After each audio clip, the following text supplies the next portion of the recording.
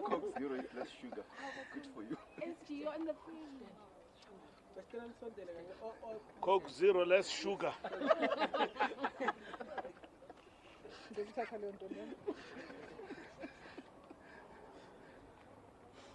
Okay, are we ready to start, colleagues? Are we all fine? Okay.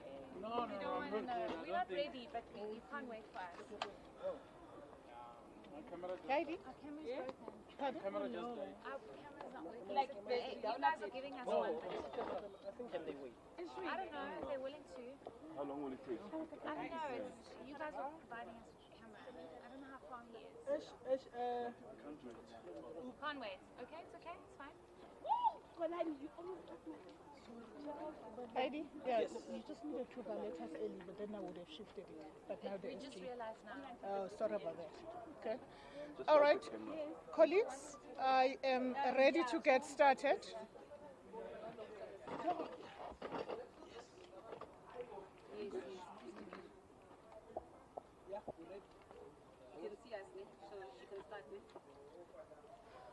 All right. Thank you very much. Good afternoon, members of the media. On the occasion of a special National Executive Committee of the ANC, which starts today, the Secretary General, Comrade Fikile Mbalula, will just speak to you a little bit about what is going to be entailed in the National Executive Committee meeting. Over to you, SG. Thank you very much and good afternoon, ladies and gentlemen of the media. We have gathered here today for a special meeting of the National Executive Committee of the African National Congress. The National Executive Committee have decided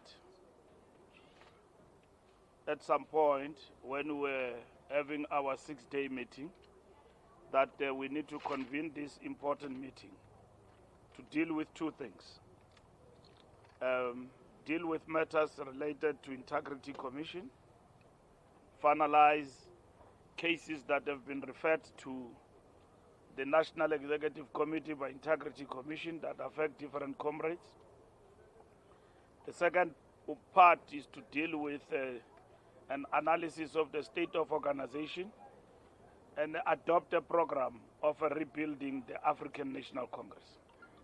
So those are items for this meeting. And on Monday, we will have a political education foundational course launch of the ANC. A lot of work has gone into this, so that is part and parcel of the renewal agenda. On Sunday in the morning, we will attend the wreath laying of Comrade Oliver Tambo, and then we'll also, on Sunday evening, the President will deliver a lecture on the life and times of Comrade O.R. Tambo. So those are the items for the National Executive Committee meeting of the ANC, which will start any time from now. Thank you very much. Thank you very much, Comrade SG. We will do a Q&A. We'll start this side, newsroom. Junior Kumalo from Newsroom Africa SG. Just a few minutes ago, we saw the former Premier of KZN, Willis Mkhunu, basically joining the MK party and becoming their KZN convener.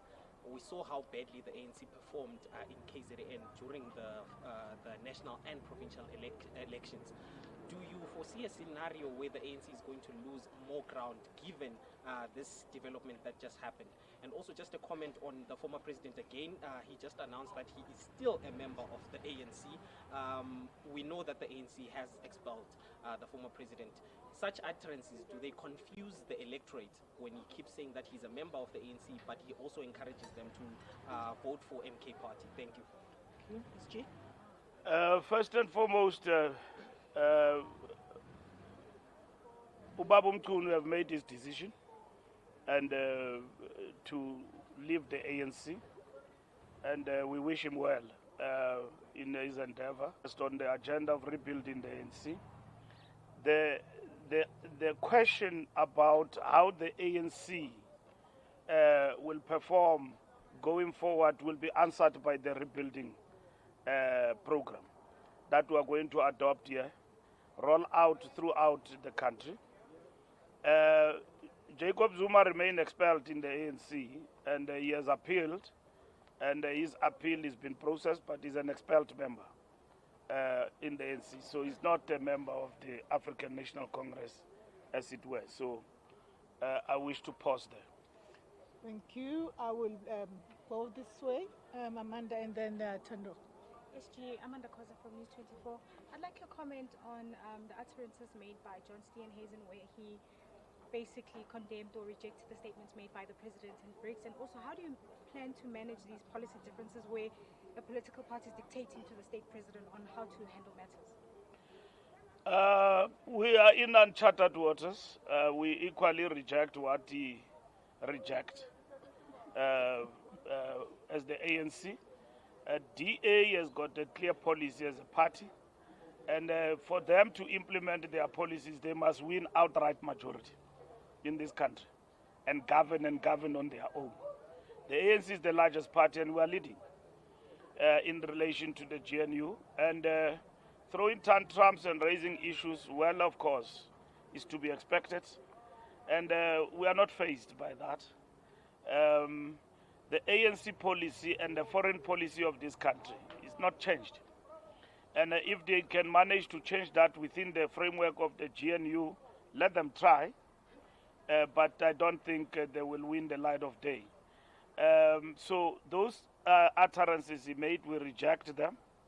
And as the African National Congress, the president leads government, and he represents this population, and guided by the foreign policy, and they participate within BRICS. So there is nothing untoward about what the president said in terms of Russia being the ally of South Africa, and that's it. That's where it starts and ends. So we must expect this from time to time, but all we can say is that for you to make such pronouncements, and the fact that things can change for the better, you know that you must then govern on your own, and then win the elections, and then to be able to set your own agenda that we don't want this, we want that, and all of that, they are free to do as a party. So we are not faced by political parties raising issues from time to time and all of that, but equally they must understand that they must respect the decorum of government in terms of how government operates, and that is what is important. Thank you very much. I'll take Business Day. My name is Tando. My Business Day SG. At government level, there's a clearinghouse to work out disputes. Where is that process at political party level? Because my understanding is that it will be duplicated just to work out these things of foreign policy and other disputes at a political party level within the GNU. And then you mentioned that former President Jacob Zuma is expelled, but he has appealed. When did he file his appeal? And if you can just let us know on which basis does he say that his expulsion should be revoked? No, he's expelled. He has appealed exactly within the prescription of the Constitution. So we are not entertaining that. That matter is with the NTCA, is dealing with that matter with him. And so that is not an issue. Jacob Zuma is just confusing himself, and at the same time, and the general populace. But he does that because there's a mileage he's scoring out of that. Because the MK party, it's a project. It's not an organization.